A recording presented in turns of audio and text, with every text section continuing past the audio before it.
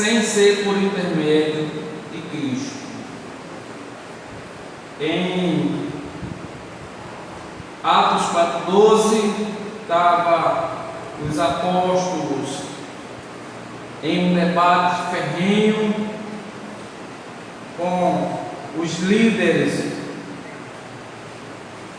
do judaísmo, em que ousadamente os apóstolos apresentavam Cristo a única saída do homem do mundo de pecado e de trevas para o mundo de luz e paz. De forma que o sistema judaico, os doutores da lei, eles não podiam suportar trocar todo um legalismo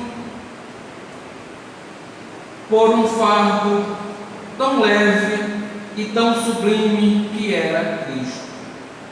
Então é verdade que aqui no livro de Atos, capítulo 4, versículo 12, quando o texto diz em nenhum outro, essa palavra outro, ela vem do original grego, não é? Que vai dizer hétero, que é o que é diferente, o que é oposto. Então, o que é exclusivo. Então, Cristo, sendo o hétero, ele exclui qualquer outra possibilidade de haver outro Salvador, de haver outra pessoa com tamanho porte para doar a salvação aos homens, sem ser exclusivamente por Cristo. Hétero é uma palavra que ela exclui os concorrentes. Então, fora de Cristo, o único caminho a Deus é Cristo.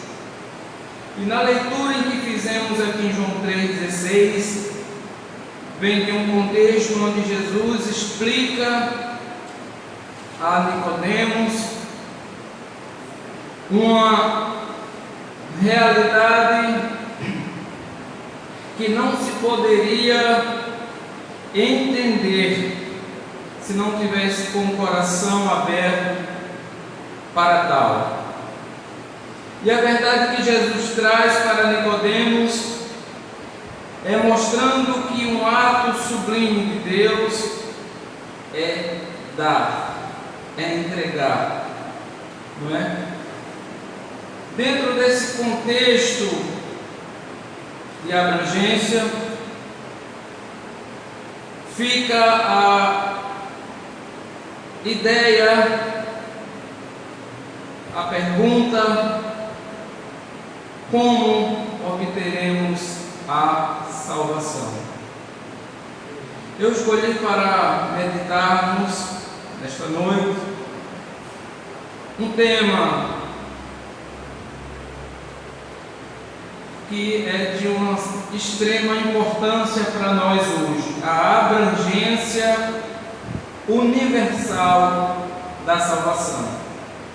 Quando Jesus fala aqui no versículo 17, no capítulo 3 de João, porque Deus enviou o seu Filho ao mundo, não para que condenasse o mundo, mas para que o mundo fosse salvo por ele.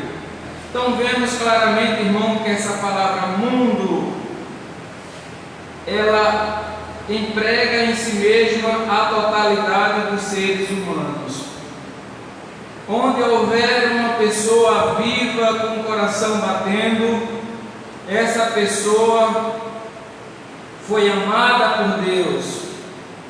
Deus enviou Cristo para essas pessoas.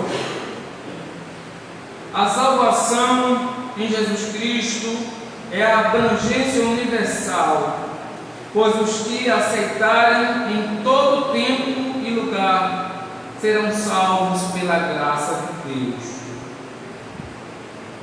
Salvação em Cristo alcança a todos, não é? Em João 3,16, ele diz que Deus, né, amou, Deus ele enviou o seu Filho para que todo aquele que nele crê não pereça, né? Então é tão eficaz que foi completada de uma vez por todas pelo Cordeiro de Deus. Somente por intermédio de um Cordeiro tão perfeito, de um sacrifício completo e de um Deus tão amoroso, se poderia realizar essa obra de maneira a raiar a luz aos que estavam em trevas.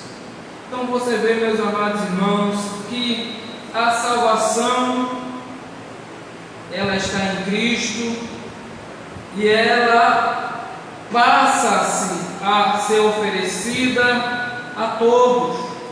E nós vemos que isso está em conjunto. Jesus amou, Deus amou, Deus enviou. Jesus voluntariamente dá a sua vida por todos, de maneira que esse presente singular é ultrapassado para todas as épocas, para todas as eras e para todos os homens. E quando Deus oferece este presente para nós, a Bíblia vai dizer em Mateus capítulo 4, verso 16, o povo que estava sentado em trevas viu uma grande luz. Aos que estavam sentados na região e sombra de morte, a luz raiou. Então mostra, meus irmãos, como estavam os homens antes da vinda de Jesus e qual era a perspectiva deste povo no plano atual e no plano futuro. O plano atual era que os homens estavam sentados ou arraigados ou plantados nas trevas. E a perspectiva era que na região da sombra da morte os homens perecessem sem salvação. Então Cristo ele veio como oferta substitutiva do pecado. Então Cristo faz a expiação através da sua morte aos nossos pecados. Mas o que é expiação? Não é? A gente escuta muito as pessoas falarem de expiação, Cristo expiou nossos pecados, mas o que é expiação? Expiação quer dizer cobrir, reconciliar, pacificar, no sentido de cobrir. A expiação significa, no antigo Israel, tomar um cordeiro e sacrificá-lo para cobrir o pecado. Isso aqui a gente encontra em Levíticos, capítulo 4, versículo 13 a 21. Então, com o termo expiação, refere-se ao ato de remir uma pessoa de um crime, falta cometida. Foi isso que aconteceu conosco por intermédio da obra expiatória de Cristo. Essa se tornou necessária porque o pecado atingiu a humanidade e a criação, de modo que o ser humano não consegue resolver esse problema por si só. Nesse contexto, a obra expiatória de Cristo se expressa por intermédio do procedimento de cruz para aniquilar o poder do pecado sobre o ser humano. Então, meus irmãos, nós desde cedo, quando vamos ler a Bíblia, vemos que no livro de Levíticos, mas também vemos em Gênesis, quando o primeiro casal peca, Deus mata um animal e tira a pele e cobre Adão, né, no sentido físico, mas denotando também um sentido espiritual. Então logo o animal precisou morrer para que Adão tivesse coberto, sua nudez coberta. No sistema levítico, no sistema de sacrifício levítico, Deus estabelece que o homem não morra porque ele pecou. Mas Deus ele faz com que o sacerdote pegue um cordeiro, que o animal não peca porque ele não tem as faculdades mentais que temos, mas o homem que cometeu o pecado, ele transferia simbolicamente o seu pecado para o animal, e o animal era morto sacrificialmente. Dessa forma, o homem entendia que o pecado que ele cometeu teria de pagar com a própria vida. Mas Deus era longânimo. Deus apontava desde já para Cristo que viria morrer por nós, pela humanidade, e Ele tiraria o meu pecado, o seu pecado, colocaria sobre si e faria uma troca. O justo pelo injusto, o santo pelo pecador. Então a obra da expiação, ou a palavra expiação, tem esse contexto de transferência de culpa. Quem era inocente morria pelo pecado do culpado. E você vê que Deus vem trabalhando com essa ideia desde o Velho Testamento, onde vários milhares e milhares de cordeiros foram mortos para que o pecado do infrator fosse perdoado ou parcialmente coberto, até Cristo se manifestar para de uma vez por todas aniquilar o pecado pelo seu sacrifício. Romanos no capítulo 5, versículo 20 e o 21, diz o seguinte: veio, porém, a lei para que a ofensa abundasse, mas onde o pecado abundou, superabundou a graça, para que assim como o pecado reinou na morte, também a graça reinasse pela justiça para a vida eterna, por Jesus Cristo, nosso Senhor. Então aqui o apóstolo ele aponta que a lei ela mostrava os defeitos do homem, porque a lei era justa, mas não cumprindo ela, o homem tornava-se réu. Então, nesse sentido, quando a lei mostrava o pecado a mim, então eu via que eu era injusto.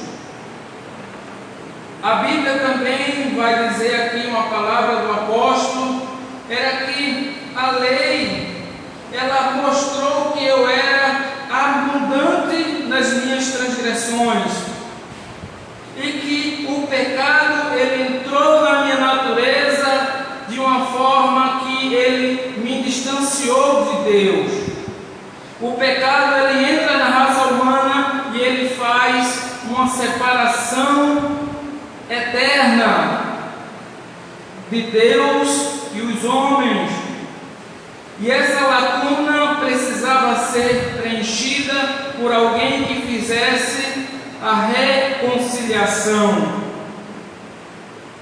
Mas Paulo diz que o pecado ele abunda na raça humana, mas que a morte de Cristo, o sangue de Cristo, o poder transformador da morte de Cristo, ela faz superabundar a graça. É como se tivesse uma enchente de uma maré de 1 metro. Abundou o mangue. E superabundou é como se viesse um tsunami por cima desse mangue com milhares de metros de altura. Então, só a título de comparação. Então, o pecado abundou mas a graça de Deus, através da morte de Cristo, Ele superabundou, de forma que os homens podem agradecer a Deus todos os dias, porque a justiça de Deus, através da morte de Cristo, ela me absolveu da condenação eterna. Foi na cruz do Calvário o lugar em que se deu o sacrifício expiatório de Cristo, substituindo o pecado, o pecador, pelo justo Cordeiro de Deus que pagou em nosso lugar, e para sempre a dívida do nosso pecado. Em Isaías capítulo 53, versículo 5, o profeta inspirado por Deus já dizia: mas ele foi ferido por nossas transgressões e moído por causa das nossas iniquidades. O castigo que nos traz a paz estava sobre ele, e pelas suas pisaduras fomos sarados. Então você vê aqui, meus amados irmãos, que Isaías ele bota algumas argumentações lógicas. Ele foi ferido não pelas suas transgressões, ele foi ferido não porque ele pecou, mas ele foi ferido porque eu deveria ser ferido. E ele faz essa troca. E a Bíblia diz que ainda que ele foi moído por causa das nossas iniquidades. Então vamos fazer um ponto aqui de meditação nessa palavra moído. Quando você vai no açougue comprar um bife para fazer aquela refeição maravilhosa, você tem a opção de pedir ao açougueiro que ele simplesmente corte um bife ali e dê a você, ou que ele passe pela máquina para moer ou para triturar aquela carne para o tempero pegar melhor.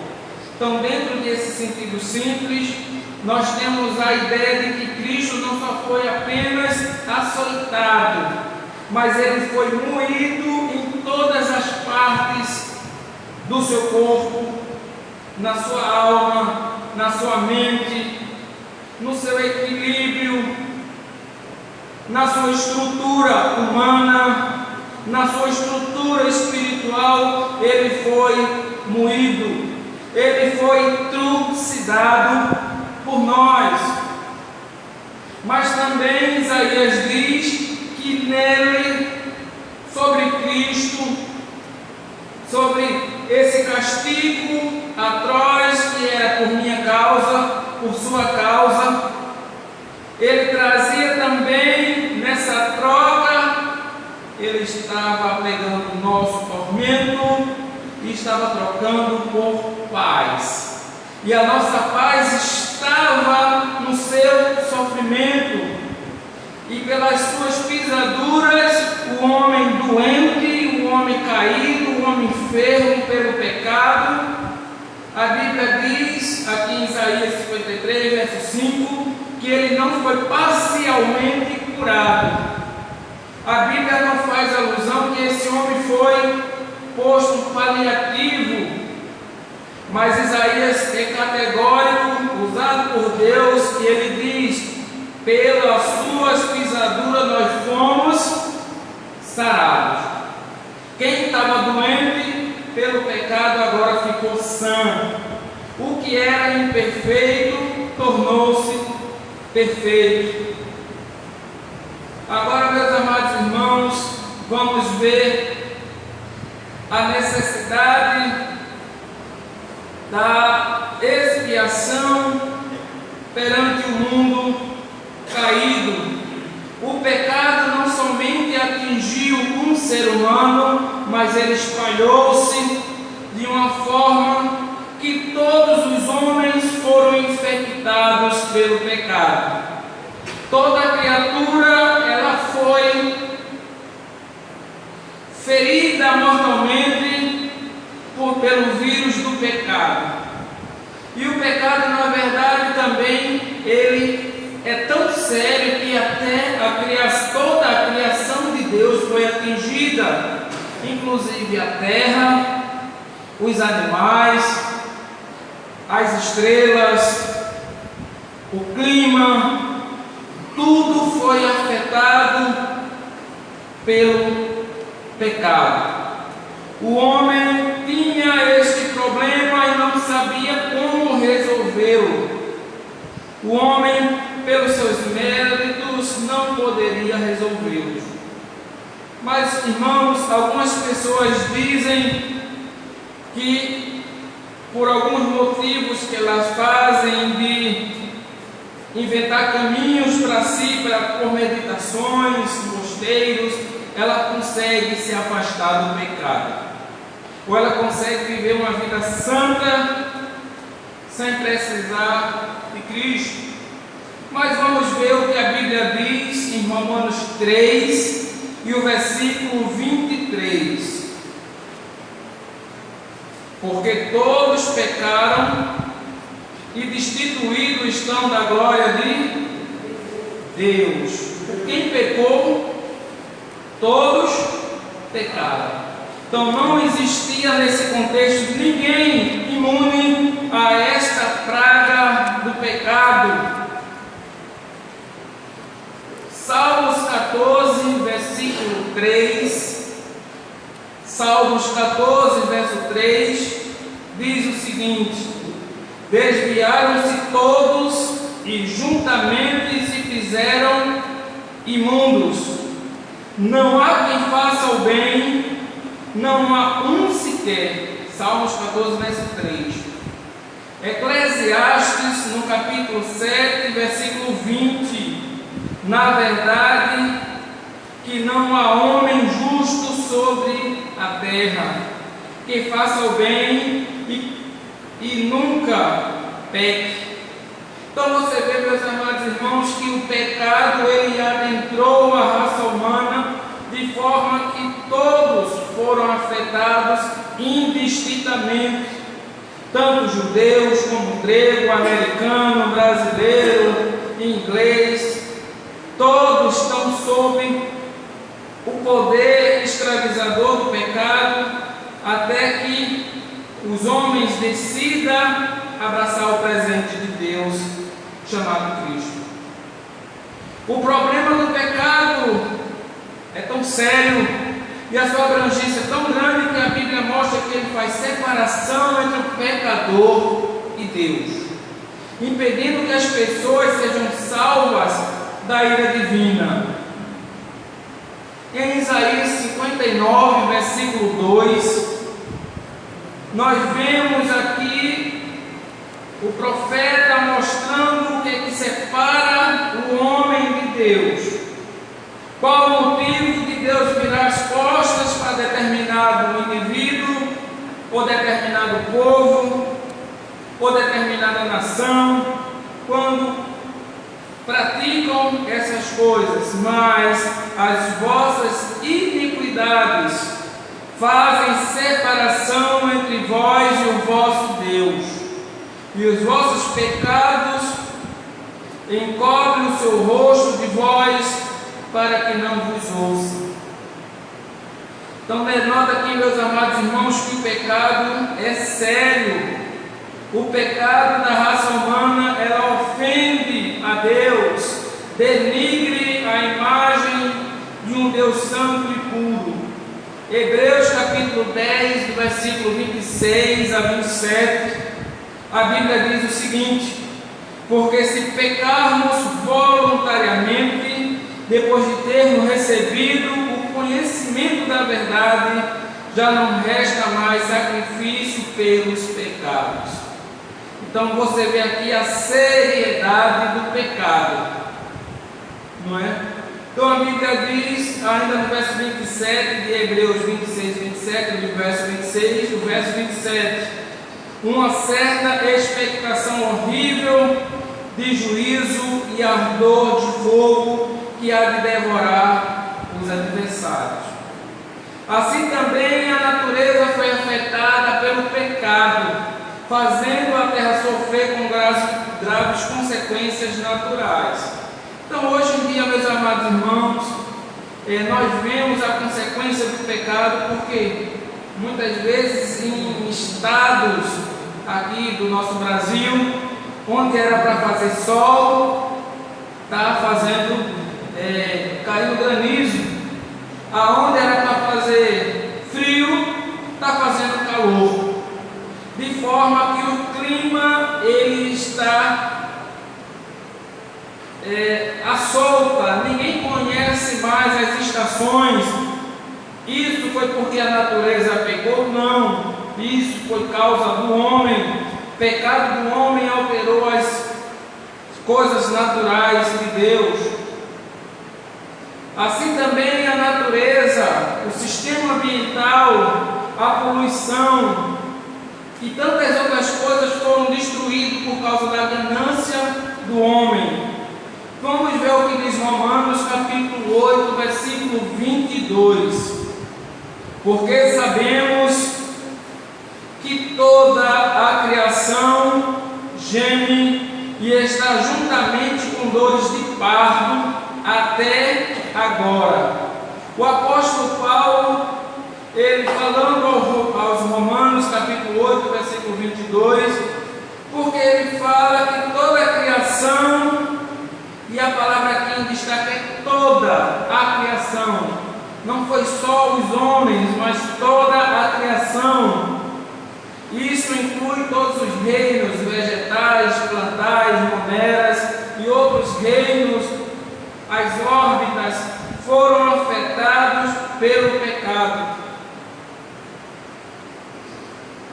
O apóstolo Pedro também, em 2 Pedro capítulo 3, versículo 13, mas nós, segundo a sua promessa, aguardamos novos céus e nova terra, em que habita justiça. Porque a criação ficou sujeita à vaidade, não por sua vontade, mas por causa de que a sujeitou.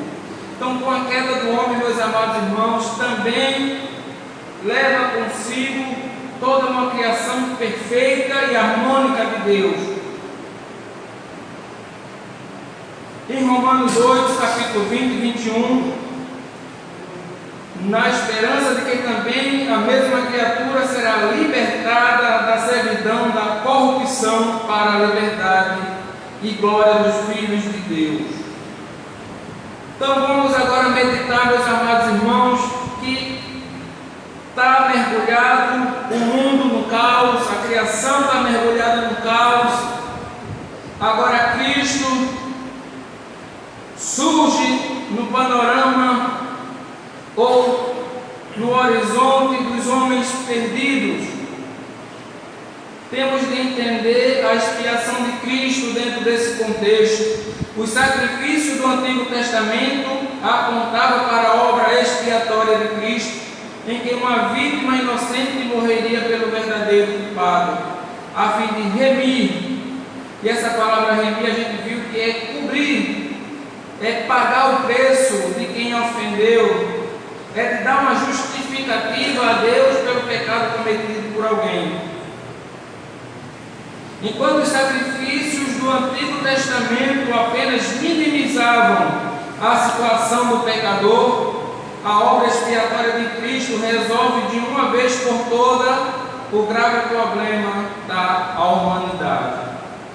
Então vamos ver aqui o que diz Romanos 3, do 23 ao 25, dentro desse contexto.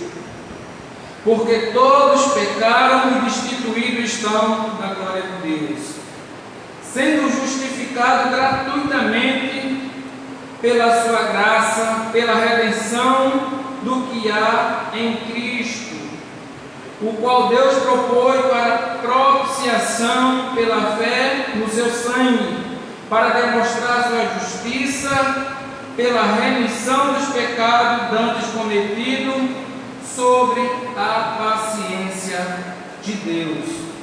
Então, meus amados irmãos, somos justificados agora, nossos pecados são expiados agora.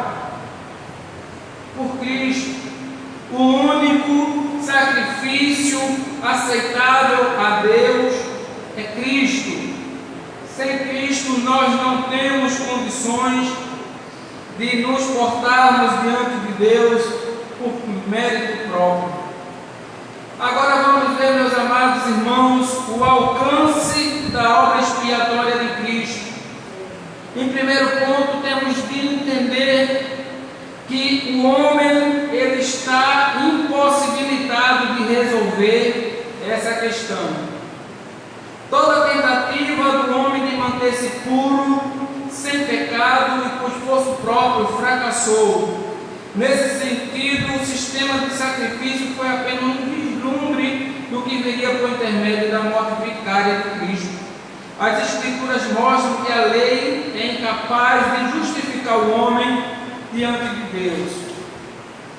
Por isso, nenhuma carne será justificada diante dele pelas obras da lei, porque pela lei vem o conhecimento do pecado. Está em Romanos 3, versículo 20.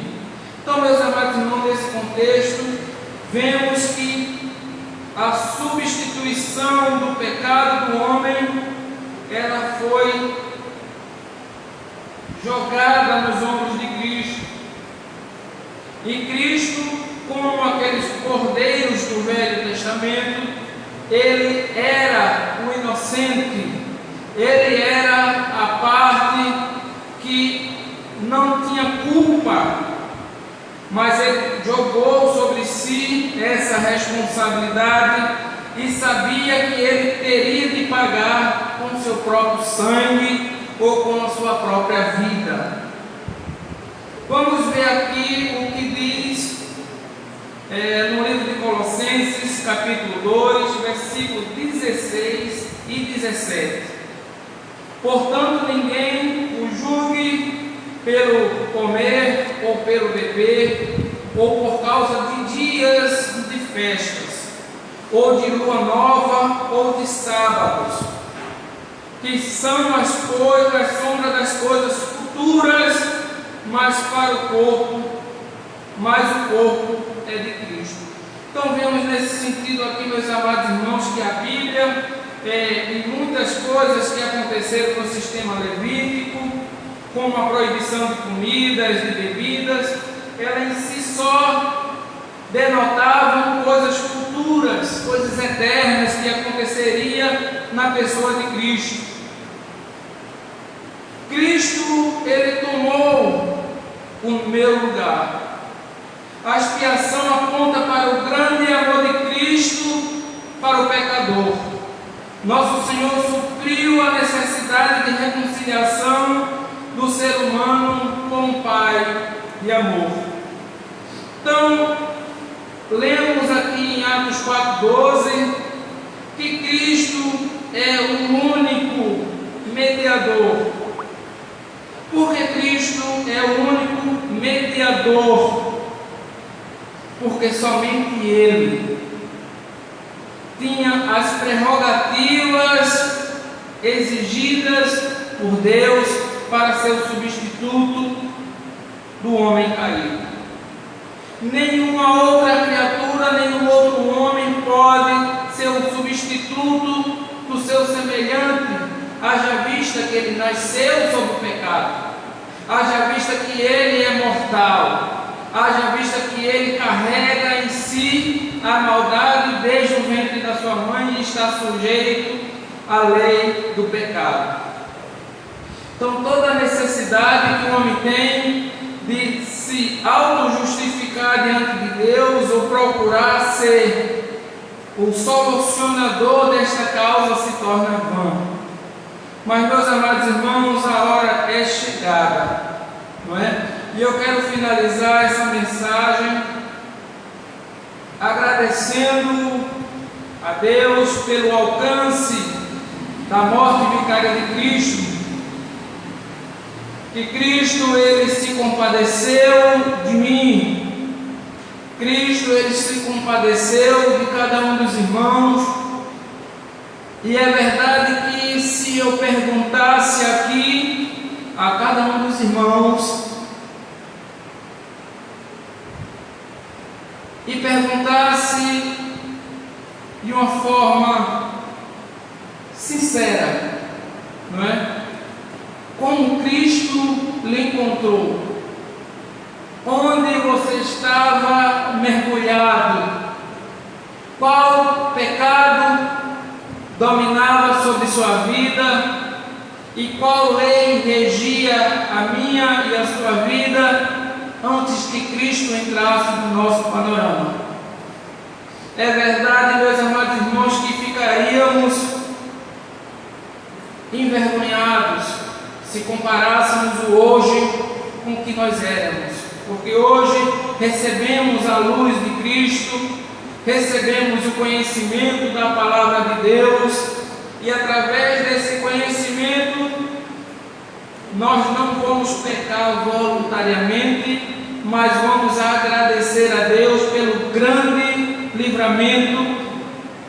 Vamos agradecer a Deus que Ele nos arrancou com seu amor das regiões da morte. Vamos agradecer a Deus que Ele tirou de nossos braços as prisões dos vícios. Vamos agradecer a Deus que Ele tirou de nós a incerteza do futuro e simplesmente tivemos apenas de aceitar este amor.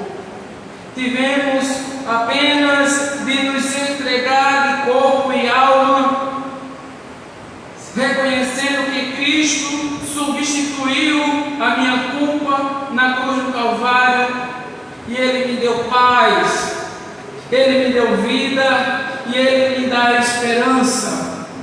Então, que cada um dos irmãos saibam nesta noite agradecer a Deus pelo tamanho do milagre que Ele operou na vida de cada um dos irmãos. Só quem está apto a saber o que é vida e o prazer de viver não é perguntando às pessoas que têm saúde, não é perguntando às pessoas que podem andar e falar, mas pergunte àquelas pessoas que estão desenganadas quando o médico traça ali o panorama e diz: olha, você só tem 3 dias de vida, 1 semana de vida. E pergunte a essas pessoas o que é esperança e o que é vida, e você vai ver que será um dilema, que ela daria tudo para viver mais um pouco. E nós estávamos assim. Efésios no capítulo 2, versículo 8, o apóstolo vai dizer que nós estávamos mortos nos nossos pecados. Nós estávamos feridos e pairava sobre nós uma certeza, que seríamos réu do juízo de Deus por causa do pecado.